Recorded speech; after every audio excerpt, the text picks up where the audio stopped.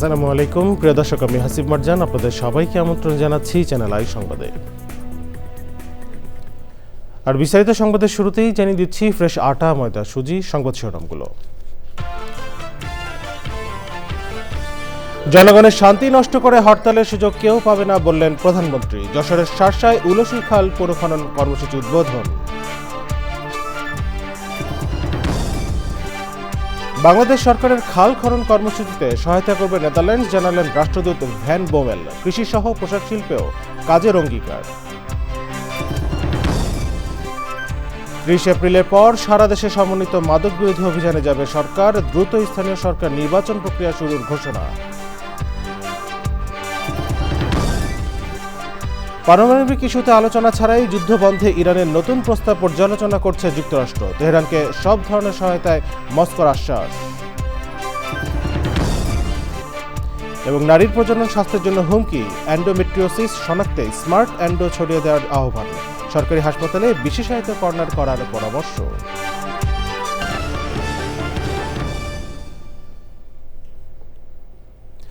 সংবাদ শিরোনামগুলো জানাচ্ছিলাম। এখনকার সংবাদের আয়োজন একই সঙ্গে চ্যানেলের ইউটিউব চ্যানেলে এবং চ্যানেলের ওটিটি প্ল্যাটফর্ম আইস্ক্রিনে লাইভ স্ট্রিম হচ্ছে। চলেছে বিস্তারিত সংবাদে। প্রধানমন্ত্রী তারেক রহমান বলেছেন, জনগণের শান্তি নষ্ট করে 173 দিন হরতাল করার সুযোগ আর কাউকে দেওয়া হবে না। যশোরের ঈদগাহ মাঠে জনসভায় তিনি আরও বলেন, বিএনপির অগ্রাধিকার দেশের উন্নয়ন, সেই উন্নয়নে একটি দল বাধা দিতে চায়। প্রধানমন্ত্রী বলেন, বিএনপিকে যারা স্বৈরাচারের দোসর বলে তারাই আসলে স্বৈরাচারের দোসর। জয়দেবের ভিডিওচিত্রে রাহুল রায়ের রিপোর্ট। বগুড়ার পর এবার প্রধানমন্ত্রীর সফর যশোরে। দিনব্যাপী নানা কর্মসূচির পর বিকেলে যশোরের ঈদগাহ ময়দানে সমাবেশে অংশ নেন প্রধানমন্ত্রী। কারণে অনেক সময় ফসল নষ্ট হয়ে যায়। সকাল থেকেই মাঠে অপেক্ষায় ছিলেন হাজার হাজার নেতাকর্মী ও সমর্থকরা। বিকেল 5:30টার দিকে যশোরবাসীর সামনে বক্তব্য রাখেন প্রধানমন্ত্রী। বিএনপি শহীদ জিয়ার রেখে যাওয়া যে কাজ, অসমাপ্ত যে কাজ, সেই কাজ বিএনপি সম্পন্ন করতে চায় দেশের মানুষের স্বার্থে। বাংলাদেশের বহু বন্ধ কলকারখানা আমরা আগামী কয়েক মাসের মধ্যে চালু করার ব্যবস্থা করব, যার ফলে বহু মানুষ যারা চাকরি হারিয়েছে বা বহু মানুষ যারা আজকে বেকার, তারা ধীরে ধীরে সেখানে কর্মের ব্যবস্থা করতে পারবে। প্রধানমন্ত্রী বলেন, যত বিভ্রান্তি তৈরি করা হোক, সরকার তার প্রতিশ্রুতি পূরণে অঙ্গীকারবদ্ধ। তারা বলে বেড়াচ্ছে বিএনপি বলে ফ্যাসিবাদের দোসর হয়ে গিয়েছে। আসুন আমরা দেখি কারা ফ্যাসিবাদের দোসর হয়ে গিয়েছে। প্রিয় ভাই বোনেরা, 5 তারিখের পরে বিএনপি পরিষ্কার বলেছে, জুলাই আগস্ট মাসে যারা মানুষ হত্যা করেছে তাদের আইনের বিচার হতে হবে, তাদের বিচার হতে হবে। কিন্তু আমরা দেখেছি 5 তারিখের পরে কেউ কেউ বলেছিল আমরা সবাইকে মাফ করে দিলাম, বলেছিল না? বলেছিল।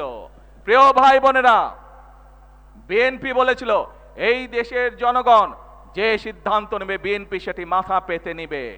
আমরা নিজেদেরকে সতর্ক রাখবো যাতে আর কেউ এই দেশে বিশৃঙ্খলা তৈরি করতে না পারে, যাতে করে আর কাউকে আমরা সুযোগ দিব না জনগণের শান্তি নষ্ট করে 173 দিন হরতাল করবে, সেই সুযোগ আমরা কাউকে দিব না। এর আগে যশোর মেডিকেল কলেজের ভিত্তিপ্রস্তর স্থাপন করেন প্রধানমন্ত্রী। পরে শহরের ইনস্টিটিউট পাবলিক লাইব্রেরিও পরিদর্শন করেন প্রধানমন্ত্রী তারেক রহমান। রাহুল রায়, চ্যানেল আই, যশোর। নানা বিভ্রান্তি তৈরি করে কোনো রাজনৈতিক দল দেশের উন্নয়ন কর্মকাণ্ড বাধাগ্রস্ত করতে চায় অভিযোগ করে তাদের ব্যাপারে সবাইকে সতর্ক থাকার আহ্বান জানিয়েছেন প্রধানমন্ত্রী তারেক রহমান। যশোরের শার্শায় উলসি খাল খনন কর্মসূচির উদ্বোধন করে তিনি বলেন, যত বাধাই আসুক উন্নয়ন পরিকল্পনাগুলো বাস্তবায়ন করবেন।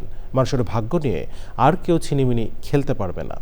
20,000 কিলোমিটার খাল খননের কথা বলে প্রতিটি গ্রামের প্রতিটি মার কাছে ফ্যামিলি কার্ড পৌঁছে দেওয়ার প্রতিশ্রুতি দিয়েছেন তিনি। নারীদেরকে এলপিজি কার্ড দেওয়ার কথা বলে ডিগ্রি পর্যন্ত মেয়েদের বিনামূল্যে শিক্ষার ঘোষণা দিয়েছেন প্রধানমন্ত্রী। জয়দেবের ভিডিওচিত্রে রাহুল রায়ের আরেকটি রিপোর্ট। যশোর বিমানবন্দর থেকে তিনি সরাসরি চলে আসেন শার্শা উপজেলার উলসি খাল খনন উদ্বোধন করতে। 50 বছর আগে 1976 সালে শহীদ প্রেসিডেন্ট জিয়াউর রহমান এই খাল খনন শুরু করেছিলেন। বাবার দেখানো পথে সেই খাল পুনঃখননের উদ্বোধন করলেন প্রধানমন্ত্রী তারেক রহমান। কে বলেন? আমি তারিখ দিয়া আচ্ছা। জিয়াউর রহমানের সঙ্গে খাল খনন করেছিলেন শাহাদাত হোসেন। 50 বছর পর সেই খাল পুনঃখননের ইতিহাসেও ছেলের সাথে সামিল হলেন তিনি। আপনার বয়স তখন কত ছিল? আমার কালকে তো 30 বছর বয়স ছিল। 32-এ জন্ম স্যার। 32 এখন কত বয়স তাহলে? এখন 80-র উপরে গেল। সেখানে বক্তব্যে নিজের অঙ্গীকার পূরণের কথা বলে নতুন কিছু পরিকল্পনাও তুলে ধরেন প্রধানমন্ত্রী। আমরা মেয়েদের শিক্ষা ব্যবস্থা ইনশাআল্লাহ ডিগ্রি পর্যন্ত অত উচ্চতর পর্যন্ত ইনশাআল্লাহ বিনামূল্যে ব্যবস্থা করব। মায়েদের কাছে আমরা যেরকম ফ্যামিলি কার্ড পৌঁছে দিচ্ছি সেরকম আরেকটি কার্ড দিতে চাই, সেটি হবে এলপিজি কার্ড, এলপিজি গ্যাস। এটি আমরা মা বোনদেরকে পৌঁছে দেব যাতে করে মা বোনদেরকে রান্না বান্নার জন্য কষ্ট করতে না হয়। স্থানীয় সাংবাদিকদের অনুরোধের পর বেনাপোলে একটি হাসপাতাল নির্মাণের ঘোষণা দেন প্রধানমন্ত্রী। জাতীয় সংসদের দক্ষিণ প্লাজায় যে জুলাই সনদ বিএনপি সহ অন্যান্য রাজনৈতিক দল স্বাক্ষর করেছে, আমরা সেই স্বাক্ষরিত জুলাই সনদের প্রত্যেকটি লাইন, প্রত্যেকটি শব্দ ইনশাআল্লাহ পর্যায়ক্রমিক ভাবে এই সরকার বাস্তবায়ন করবে। কিন্তু প্রিয় ভাই বোনেরা, অনেকে কোন কোন ব্যক্তি, কোন কোন রাজনৈতিক দল আজকে আমরা দেখতে চাচ্ছি যে গণভোট হয়ে গিয়েছে, সেই গণভোটের রায়কে ভিন্ন খাতে তারা প্রবাহিত করতে চাচ্ছে। যারা গণভোটের রায়কে ভিন্ন খাতে প্রবাহিত করতে চায়, যারা জুলাই সনদের অর্থ ভিন্নভাবে তাদের নিজেদের রাজনৈতিক স্বার্থ হাসিলের জন্য উপস্থাপন করতে চায়, এরা বিশৃঙ্খলা সৃষ্টি করতে চায়। এই বিশৃঙ্খলা যদি সৃষ্টি করতে পারে তারা, তাহলে জনগণের যে কর্মসূচি, ফ্যামিলি কার্ডের যে কর্মসূচি, মা বোনদের যে কর্মসূচি, কৃষক কার্ডের যে কর্মসূচি, কৃষকদের খাত ভবন যে কর্মসূচি, বেকার যুবকদের জন্য কর্মসংস্থানের জন্য মিল কারখানা, বন্ধ মিল কারখানা চালু করার যে কর্মসূচি, নতুন কলকারখানা চালু করার যে কর্মসূচি, স্বাস্থ্য সেবা গ্রামে গ্রামে পৌঁছে দেওয়ার যে কর্মসূচি, সকল কর্মসূচি ব্যাঘাত হবে এই বিশৃঙ্খলারা যদি আশঙ্কা পায়। প্রিয় ভাই বোনেরা, যে কোনো মূল্যে উন্নয়ন কর্মকাণ্ড অব্যাহত রাখার কথা বলেন প্রধানমন্ত্রী। প্রধানমন্ত্রী তারেক রহমান বলেছেন, বিদেশে লুণ্ঠিত টাকা ফেরত আনা হবে। দেশের এক প্রান্ত থেকে আরেক প্রান্তে ছুটে চলেছেন প্রধানমন্ত্রী তারেক রহমান। সফরগুলো শুধু আনুষ্ঠানিকতা নয়, বরং তার দেয়া প্রতিশ্রুতিগুলোর প্রতি দায়বদ্ধতার প্রকাশ। সে ধারাবাহিকতায় যশোরেও তিনি সবার আগে খাল খনন কর্মসূচিতে অংশ নিলেন আর সবার উদ্দেশ্যে বললেন, তার দেয়া প্রতিশ্রুতিগুলো পূরণের মধ্য দিয়েই তিনি সবার আস্থার জবাব দেবেন। যশোরের শার্শা উপজেলার উলসি থেকে রাহুল রায়, চ্যানেল আই। বাংলাদেশ সরকারের খাল খনন কর্মসূচিতে নিজেদের সবকিছু দিয়ে সহায়তা করতে চায় নেদারল্যান্ডস। এমন মন্তব্য করে বাংলাদেশের দেশটির রাষ্ট্রদূত জরিস ভ্যান বোমেল বলেন, কৃষি, পানি, সমুদ্র খাত ও তৈরি পোশাক শিল্পে একসঙ্গে কাজ করতে পারে দুই দেশ। তিনি বলেন, অর্থনৈতিক সম্পর্ককে শক্তিশালী করতে কাজ করছে বাংলাদেশ নেদারল্যান্ডস। বিস্তারিত জানাচ্ছেন মুস্তফা মল্লিক। নেদারল্যান্ডসের কিংস ডে উপলক্ষে ঢাকায় দূতাবাসের বিশেষ আয়োজন। বিভিন্ন দেশের রাষ্ট্রদূত, দাতা সংস্থার প্রতিনিধি, সরকারের প্রতিনিধি, বিভিন্ন রাজনৈতিক দলের নেতা, গণমাধ্যম ব্যক্তিত্বরা নেদারল্যান্ডসের কিংস ডে অনুষ্ঠানে অতিথি ছিলেন। বাংলাদেশে নেদারল্যান্ডসের রাষ্ট্রদূত জরিস ভ্যান বোমেল অতিথিদের স্বাগত জানান। এরপর শুরু হয় মূল অনুষ্ঠান। We have a long-term relationship in water and delta management. It is a great pleasure and honor to join this August gathering to celebrate the King's Day, the national day of the Kingdom of Netherlands. On behalf of the government of the People's Republic of Bangladesh, kings day উপলক্ষে channel আইকে দেয়া এক বিশেষ সাক্ষাৎকারে জরিস van Boemel বলেন, দুই দেশ বিশ্বস্ত বন্ধু।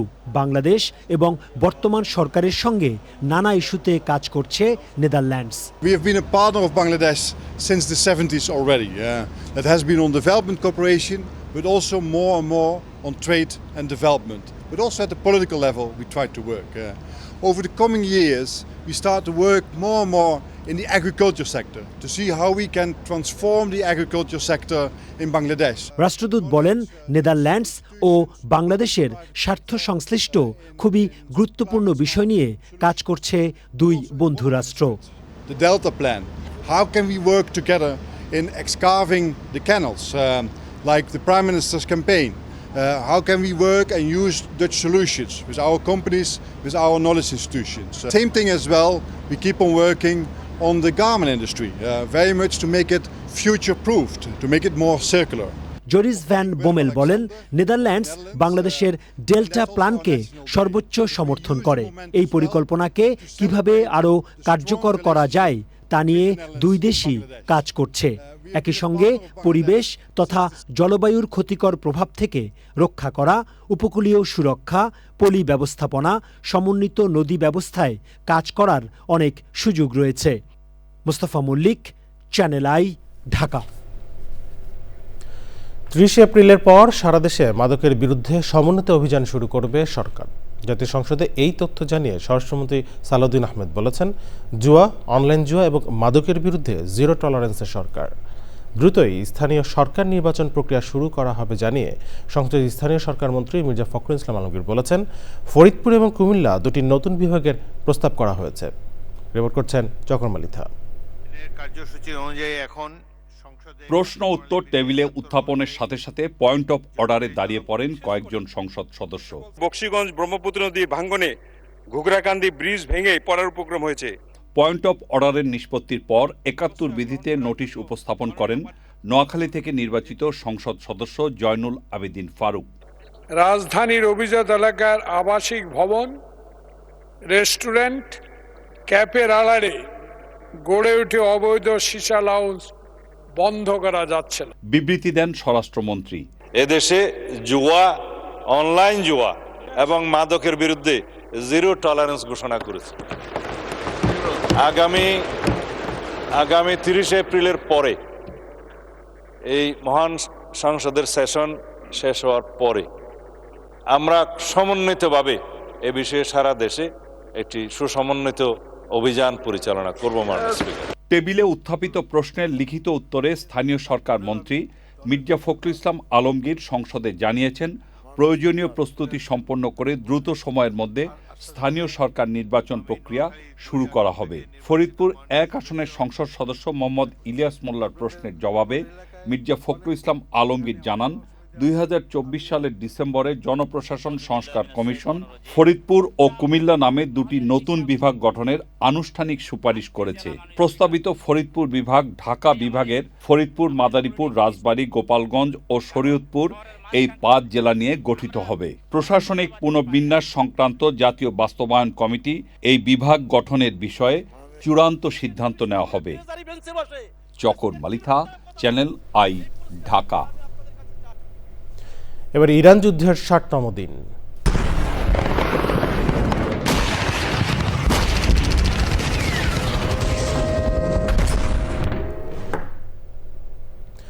যুদ্ধবন্ধে ইরানের দেওয়া নতুন প্রস্তাব খতিয়ে দেখছে যুক্তরাষ্ট্র। প্রেসিডেন্ট ডোনাল্ড ট্রাম্প এই প্রস্তাব পর্যালোচনা করছেন। প্রস্তাবে যুদ্ধবন্ধ এবং হরমুজ প্রণালী খুলে দেওয়ার কথা বলা হলেও পারমাণবিক অস্ত্রের বিষয়ে সুনির্দিষ্ট কিছু জানায়নি ইরান। ইরানের পররাষ্ট্রমন্ত্রী আব্বাস আরাকচি সেন্ট পিটার্সবার্গে রুশ প্রেসিডেন্ট ভ্লাদিমির পুতিনের সঙ্গে বৈঠক করেছেন। আল জাজিরা জানিয়েছে, ইরানকে সব ধরনের সহায়তার আশ্বাস দিয়েছেন ভ্লাদিমির পুতিন। এদিকে জার্মানির চ্যান্সেলর ফ্রিডরিখ মেটস বলেছেন, ইরানের সঙ্গে যুদ্ধে অপমানিত হচ্ছে যুক্তরাষ্ট্র। রিপোর্ট আরও জানাচ্ছেন মির্জা ইমতিয়াজ। রণাঙ্গন ছেড়ে কূটনীতির পথে মধ্যপ্রাচ্যের যুদ্ধ। পাকিস্তানে নিষ্ফল বৈঠকের পর যুদ্ধবন্ধে যুক্তরাষ্ট্রের কাছে নতুন প্রস্তাব দিয়েছে ইরান। নতুন প্রস্তাবে যুদ্ধ বন্ধ হলে হরমুজ প্রণালী খুলে দেওয়ার কথা জানিয়েছে ইরান। তবে পারমাণবিক অস্ত্রের ব্যাপারে বলেছে, বিষয়টি নিয়ে ভবিষ্যতে কোনো এক সময় আলোচনা হবে।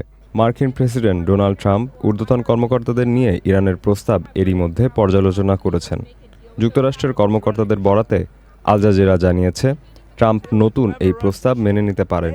জ্বালানি সংকট এবং চাপে পড়া বৈশ্বিক অর্থনীতির জন্য দ্রুত হরমুজ প্রণালী চালু করা ছাড়া ট্রাম্পের সামনে আর কোনো পথ খোলা নেই বলে জানিয়েছেন সাবেক ঊর্ধ্বতন মার্কিন কর্মকর্তা হেনরি এস এশার।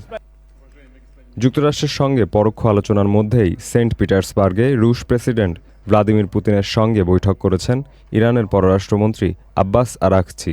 বৈঠকে পুতিন যুক্তরাষ্ট্র ইসরায়েলের আগ্রাসনের মুখে সার্বভৌমত্ব রক্ষায় লড়াইয়ের জন্য ইরানের জনগণকে ধন্যবাদ জানান। পুতিন বলেন, তেহরানের জন্য প্রয়োজনীয় সবকিছুই করবে মস্কো।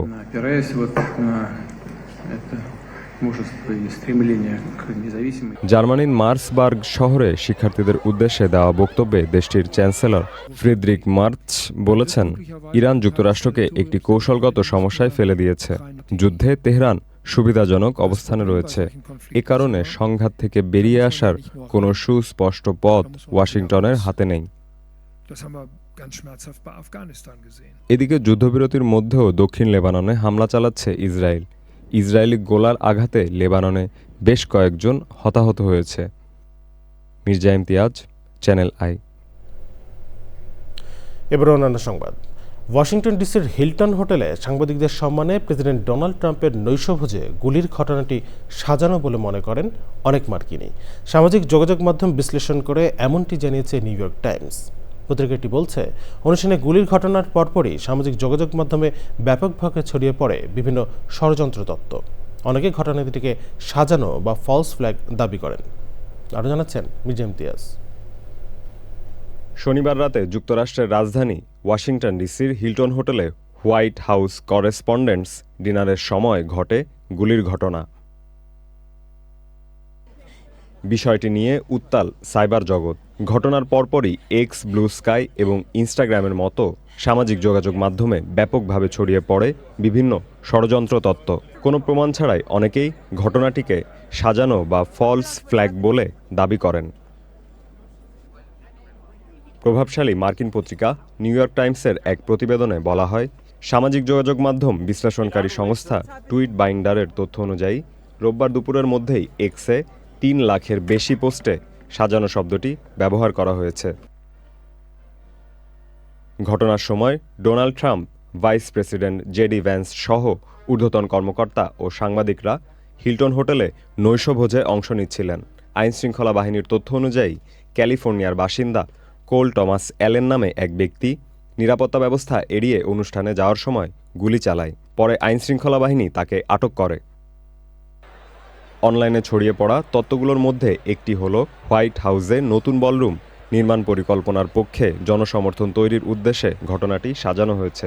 ঘটনার পর ট্রাম্পের বক্তব্য ও সামাজিক মাধ্যমে পোস্টকে কেন্দ্র করে এই জল্পনা ডালপালা বিস্তার করে। সবচেয়ে বেশি ছড়ানো তত্ত্বগুলোর মধ্যে রয়েছে ফলস ফ্ল্যাগ অপারেশনের দাবি, যেখানে বলা হয় আন্তর্জাতিক ইস্যু থেকে মনোযোগ সরাতেই এই ঘটনা ঘটানো হয়েছে। Mirza Imtiaz, channel I. নারীর প্রজনন স্বাস্থ্যের জন্য হুমকি এন্ডোমেট্রিওসিস শনাক্তে কৃত্রিম বুদ্ধিমত্তা ভিত্তিক স্ক্রিনিং টুলস স্মার্ট এন্ডো ছড়িয়ে দেওয়ার আহ্বান জানিয়েছেন বিশেষজ্ঞ গাইনি চিকিৎসকরা। রাজধানীতে বাংলাদেশ এন্ডোমেট্রিওসিস এবং এডিনোমায়োসিস সোসাইটির উদ্যোগে আয়োজিত সেমিনারে তারা আরও বলেন, এই টুলসের মাধ্যমে ভুক্তভোগী নারীদের দ্রুত চিকিৎসার আওতায় আনা সম্ভব। সরকারি হাসপাতালে আলাদা ও বিশেষায়িত কর্নার করারও পরামর্শ দিয়েছেন তারা। সেমিনারের সায়েন্টিফিক পার্টনার ইনসেপ্টা ফার্মাসিউটিক্যালস। জানিতুল বাঁকা কেকার রিপোর্ট। স্মার্ট এন্ড্রো টুলসের কার্যকারিতা ও গবেষণা ফলাফল তুলে ধরে সেমিনার। বিশেষজ্ঞরা বলছেন, নারী প্রজনন স্বাস্থ্যের জন্য হুমকি দীর্ঘস্থায়ী ও হরমোনের ভারসাম্যহীনতাজনিত রোগ এন্ডোমেট্রিওসিস। বিশ্বের প্রায় 20 কোটি নারী এ রোগে আক্রান্তরা অধিকাংশই কিশোরী বা তরুণী। স্বাভাবিক মাসিক চক্র বা ঋতুকালীন সময়ে তলপেটে তীব্র ব্যথায় ভোগেন তারা। পরবর্তীতে রোগটি আরও জটিল হয়ে দাম্পত্যে প্রভাব ফেলে, এমনকি আক্রান্তরা বন্ধ্যাত্বেরও শিকার হতে পারে।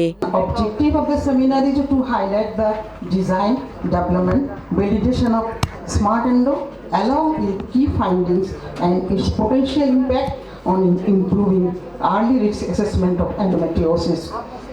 এই রোগটা সারা জীবন ভোগাবে এবং আমরা ডাক্তাররাও সাফার করি এই জন্য যে আমরা তাকে কমপ্লিটলি কিওর করতে পারি না। স্মার্ট এন্ড্রো টুলস ব্যবহার করে বিপুল সংখ্যক এন্ডোমেট্রিওসিসের জটিলতায় ভুক্তভোগীদের শনাক্ত করা সম্ভব। আমি ডিপ্রেসড, আমার এই সমস্যা হচ্ছে, গ্রামের মেয়ে বা মহিলা সে যেন এটা দেখে বুঝতে পারে এবং আমাদের হেলথ ওয়ার্কার এটা করতে পারে। ভালো একটা কাজ করার জন্য অসংখ্য ধন্যবাদ জানাই। আমার মনে হয় এইটা দিয়ে এন্ডোমেট্রিওসিস আর্লি ডায়াগনোসিস করতে পারবে। জনস্বাস্থ্য ও স্ত্রীরোগ বিশেষজ্ঞরা ছাড়াও গবেষক এবং নীতি নির্ধারকরা ওই সেমিনারে অংশ নেন। আমাদেরকে আপনাদের পাশে প্রতিনিয়ত পাবেন, কিন্তু আমাদের দেশে চাহিদাটা অনেক বেশি, সুতরাং আপনারাও আমাদের সঙ্গে যে সমস্ত সহযোগিতা হবে সে জায়গায় আমাদের সবাইকে পরিমিত হয়ে আমরা যাতে সব জায়গায় কন্ট্রিবিউট করতে পারি, সেই জায়গায় আমরা যদি একে অপরের সঙ্গে সহযোগিতা করে কাজ করি, ইনশাআল্লাহ nothing is impossible. Smart Andro অ্যাপসের উন্নয়ন ও ট্রায়াল পরিচালনায় গুরুত্বপূর্ণ ভূমিকা পালন করেছে ইনসেপ্টা ফার্মাসিউটিক্যালস লিমিটেড। আপনি একটা ইনস্টিটিউট, উমেন্স হেলথ ইনস্টিটিউট গড়ে দিবেন, এটা আপনি আজকে অঙ্গীকার করে যান। জান্নাতুল বাকিয়া কেকা, চ্যানেল আই, ঢাকা। 16 বছর পর আবারও সম্প্রচারে ফিরল চ্যানেল ওয়ান। সোমবার সন্ধ্যায় আড়ম্বর আয়োজনে চ্যানেলটির পুনর্যাত্রা উদযাপন অনুষ্ঠানে অংশ নেন রাজনীতিবিদ, গণমাধ্যম ব্যক্তিত্ব ও বিভিন্ন অঙ্গনের গুণীজনেরা। চ্যানেল ওয়ানের পুনর্যাত্রায় শুভেচ্ছা জানিয়েছেন Impress Telefilm limited channel I এর ব্যবস্থাপনা পরিচালক ফরিদুর রেজা সাগর এবং চ্যানেল আই এর পরিচালক ও বার্তা প্রধান শেখ সিরাজ। আরও জানাচ্ছেন নাজিব বেগ। সোমবার সন্ধ্যা 6টা 57 মিনিটে আবারও সম্প্রচারে আসে 24 ঘন্টার সংবাদভিত্তিক টিভি চ্যানেল ওয়ান। 16 বছর আগে আজকের এই দিনেই সম্প্রচার বন্ধ হয়েছিল চ্যানেলটির। পুনর্যাত্রা উপলক্ষে চ্যানেল ওয়ান কার্যালয়ে শুভেচ্ছা জানাতে আসেন বিভিন্ন শ্রেণী পেশার মানুষ। ইন্টারন্যাশনাল চ্যানেলে রূপান্তরিত হয়েছে। উৎসব আয়োজনে আসেন স্থানীয় সরকার মন্ত্রী মির্জা ফখরুল ইসলাম আলমগীর এবং তথ্য ও সম্প্রচার মন্ত্রী জহিরুদ্দিন স্বপন। চ্যানেল ওয়ানের আজকে নতুন করে শুরু করার মধ্য দিয়ে আমরা প্রত্যাশা করব যে গণমাধ্যমের স্বাধীনতা অক্ষুণ্ণ থাকবে এবং চ্যানেল ওয়ান সেই বিষয়টাকে সামনে রেখে তারা গণতন্ত্রকে প্রাতিষ্ঠানিক রূপ দেওয়ার ক্ষেত্রে দায়িত্বশীলতার মধ্য দিয়ে তারা জনগণের কথাগুলোকে সামনে আনবে। উৎসবমুখর পরিবেশে পুনর্যাত্রার মুহূর্ত উদযাপন করা হয়। চ্যানেল ওয়ানের পুনর্যাত্রার শুভেচ্ছা জানিয়েছেন ইমপ্রেস টেলিফিল্ম লিমিটেড চ্যানেল আইয়ের ব্যবস্থাপনা পরিচালক ফরিদুর রেজা সাগর এবং চ্যানেল আইয়ের পরিচালক ও বার্তা প্রধান শেখ সিরাজ। চ্যানেল ওয়ানের ব্যবস্থাপনা পরিচালক গিয়াসউদ্দিন আল মামুন এ সময় চ্যানেল আইয়ের 2 কর্ণধারকে কার্যালয়ের বার্তাকক্ষ সহ বিভিন্ন অংশে নিয়ে যান। একটা চ্যালেঞ্জ আমরা নিয়েছিলাম, সবার সহযোগিতায় সবাই মিলে চ্যালেঞ্জটাকে আমরা বাস্তবে রূপ দিতে পারছি, এটি হলো সবচেয়ে বড় সন্তুষ্টি। আগের চ্যানেল আমরা যে অবস্থায় রেখে গেছি তার চেয়ে ভালো করার জন্য। অতীতের মতোই বস্তুনিষ্ঠ সংবাদের মাধ্যমে দর্শকপ্রিয়তা ফিরে পাওয়ার প্রত্যাশা চ্যানেল ওয়ানের সংবাদকর্মী সহ সংশ্লিষ্টদের। নাজিব বেগ, চ্যানেল আই, ঢাকা। গাইবান্ধার গোবিন্দগঞ্জে স্কুলে যাওয়ার পথে 6ষ্ঠ শ্রেণীর এক ছাত্রীকে দুর্বৃত্তরা তুলে নিয়ে ধর্ষণ করেছে বলে অভিযোগ উঠেছে। সোমবার সকালে উপজেলার তালুক কানুপুর ইউনিয়নের শামসপাড়া গ্রামে এই ঘটনা ঘটে। পরে বিকেলে ওই স্কুল ছাত্রীকে সড়কের পাশে ফেলে রেখে যায় ধর্ষকরা। সে উপজেলার তালতলা দ্বিমুখী উচ্চ বিদ্যালয়ের 6ষ্ঠ শ্রেণীর শিক্ষার্থী। সন্ধ্যায় রাস্তার পাশে মেয়েটিকে অজ্ঞান অবস্থায় পড়ে থাকতে দেখে পথচারীরা উদ্ধার করে উপজেলা স্বাস্থ্য কমপ্লেক্সে নিয়ে যায়। হাসপাতালে চিকিৎসক অবস্থা গুরুতর বিবেচনায় উন্নত চিকিৎসার জন্য মেয়েটিকে বগুড়ায় শহীদ জিয়াউর রহমান মেডিকেল কলেজ হাসপাতালে পাঠান। গোবিন্দগঞ্জ থানার ওসি জানিয়েছেন, এ ব্যাপারে থানায় কেউ অভিযোগ করেনি। অভিযোগ পেলে তদন্ত করে ব্যবস্থা নেওয়া হবে। এদিকে ঘটনার বিচার দাবি করেছে ছাত্রীর স্বজন ও এলাকাবাসী।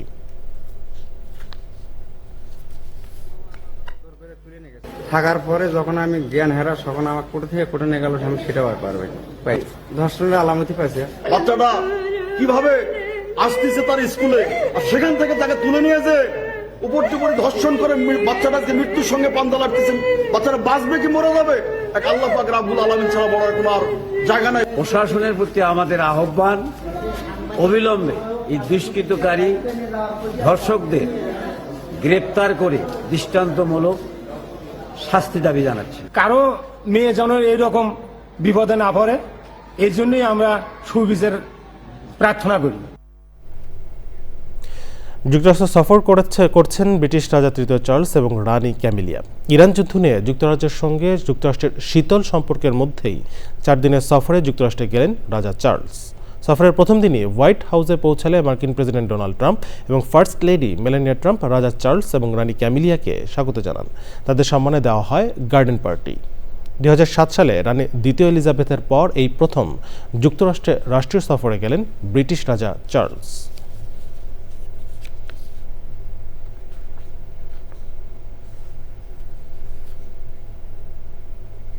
এবারে রয়েছে কৃষি সংবাদ।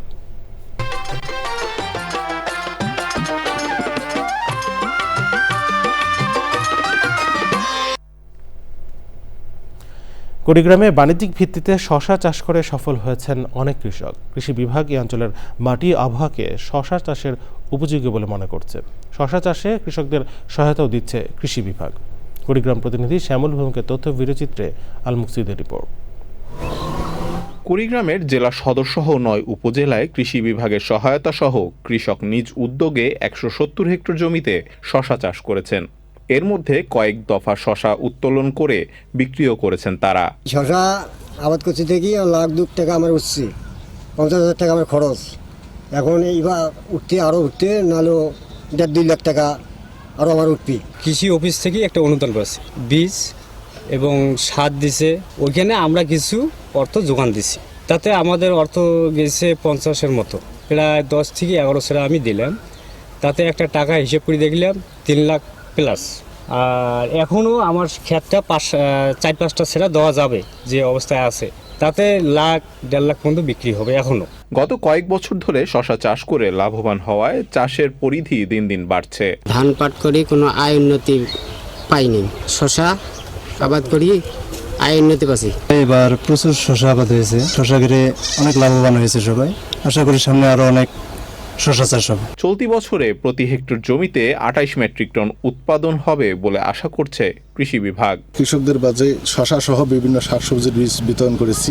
এবারে শশার আবাদ মোটামুটি ভালো, সেই সাথে যাতে ফসলের উৎপাদন বৃদ্ধি হয় এবং ফসল নিরাপদ থাকে সেই লক্ষ্যে আমরা কৃষি সম্প্রসারণ অধিদপ্তরের পক্ষ থেকে সার্বিক সহযোগিতা এবং পরামর্শ প্রদান করে যাচ্ছি। কৃষকরা বলছেন বর্তমানে শশার দাম কিছুটা কম হলেও প্রথম দিকে বেশি দামে বিক্রি করায় এবং ফলন ভালো হওয়ায় তারা লাভবান হবেন।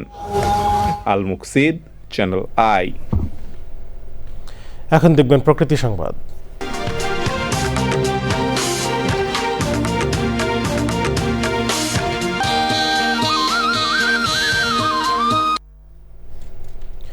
সুনামগঞ্জের হাওড়ে গত 4 বছরে বজ্রপাতে মারা গেছেন 68 জন। চলতি বছরের 18 এপ্রিল একদিনেই প্রাণ ঝরেছে কলেজ শিক্ষার্থী সহ 5 জনের।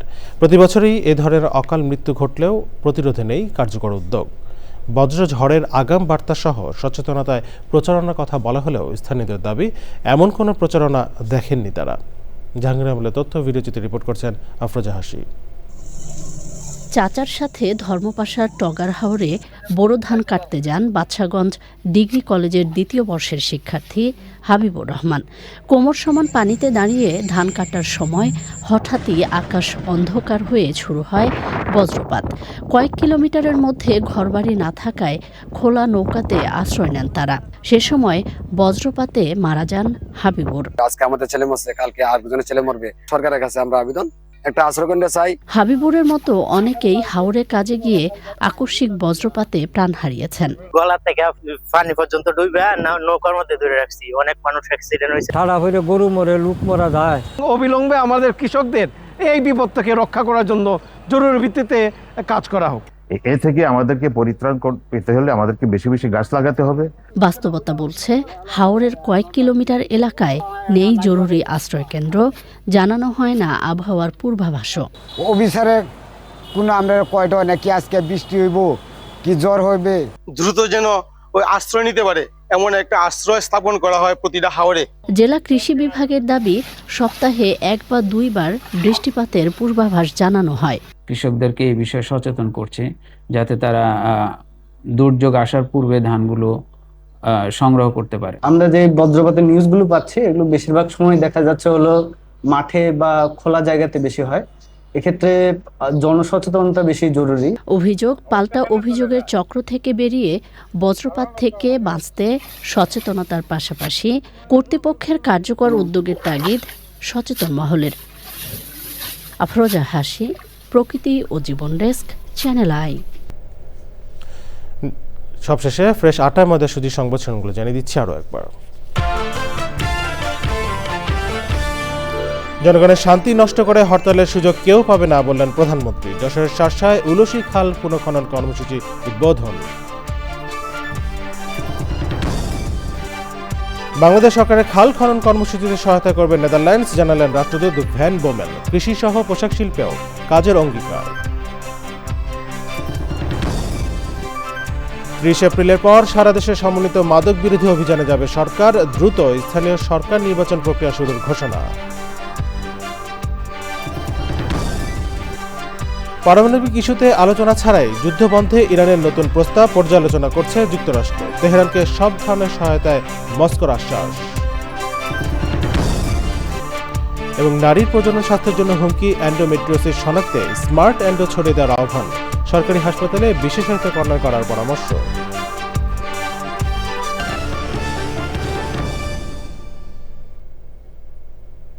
প্রিয় দর্শক, এ ছিল চ্যানেলের সংবাদে এখনকার আয়োজন। এতক্ষণ সাথে থাকার জন্য ধন্যবাদ সবাইকে।